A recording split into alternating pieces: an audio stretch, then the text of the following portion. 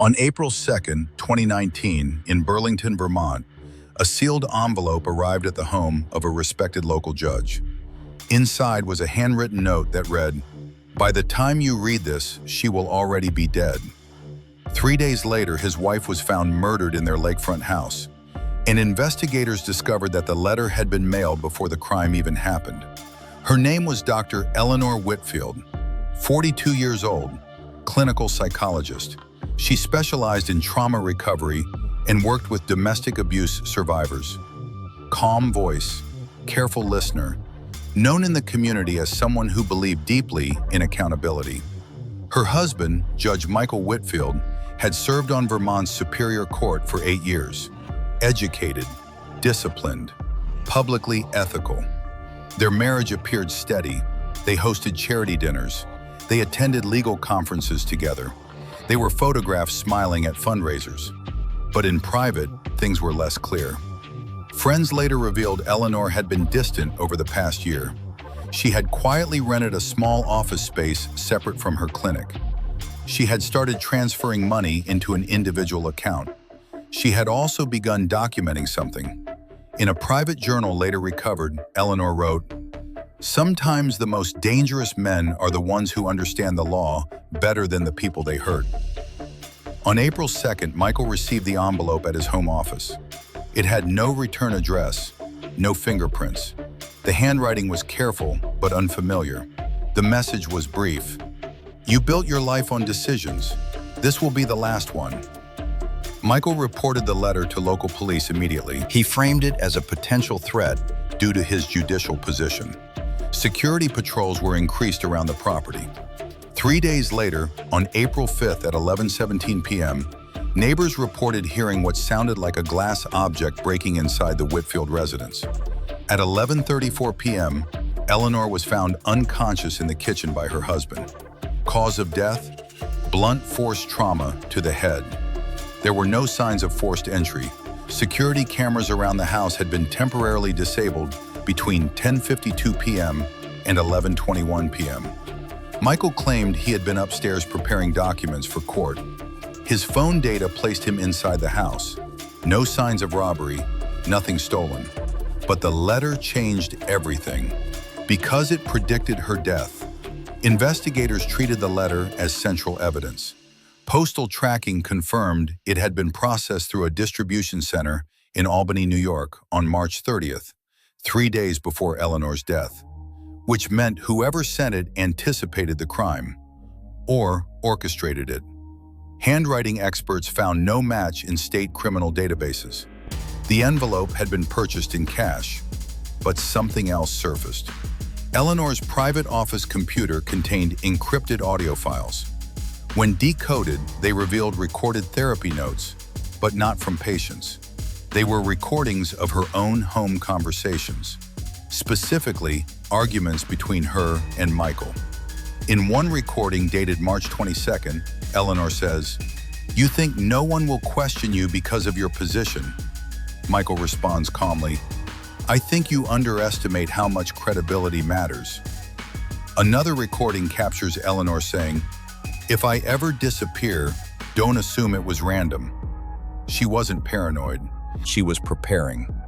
Forensic analysts revisited the letter. Microscopic ink comparison revealed something startling. The ink used in the letter matched a specific brand of legal drafting pen, the same brand found exclusively in Michael's chambers. But that alone wasn't enough. Then investigators uncovered a financial discrepancy. 2 weeks before her death, Eleanor had contacted a divorce attorney discreetly. Court records show she intended to file formal separation papers on April 8th, 3 days after she died. If she had filed, Michael's public image could have been damaged.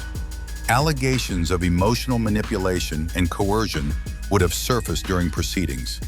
But the most critical detail came from postal timing analysis. Security footage from a post office in Albany showed a man mailing an envelope on March 29th. The footage was grainy, but the vehicle parked outside was registered to a Vermont state vehicle pool, assigned to Judge Michael Whitfield. When confronted, Michael claimed he was attending a judicial seminar in Albany on March 29th. Records confirmed his attendance, but hotel keycard logs showed he left the building for 2 hours that afternoon, long enough to mail a letter. Investigators theorized something chilling. Michael mailed the letter himself, creating a narrative of external threat, planting the idea that someone else wanted harm. He didn't send the letter after the crime, he sent it before, to create a future alibi. Behavioral analysis suggested a specific mindset. Michael wasn't impulsive, he was strategic. He understood evidence chains. He understood how juries think. He anticipated scrutiny. The letter wasn't emotional, it was legal positioning. If Eleanor died under suspicious circumstances, the letter would introduce reasonable doubt. An unknown enemy, a disgruntled defendant, a revenge motive unrelated to him. But he underestimated one thing. Eleanor had been documenting him. In her final journal entry dated April 4th, she wrote, "He believes foresight equals control, but foresight creates trails." The audio recordings were admissible. The divorce consultation established motive. The mailed letter established premeditation.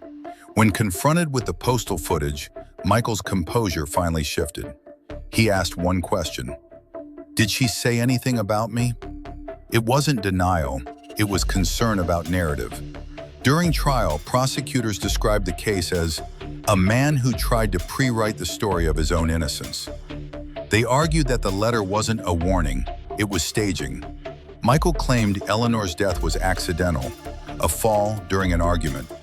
But forensic pathology indicated the angle of impact was inconsistent with a simple fall. 3 separate blunt force strikes. Deliberate, calculated.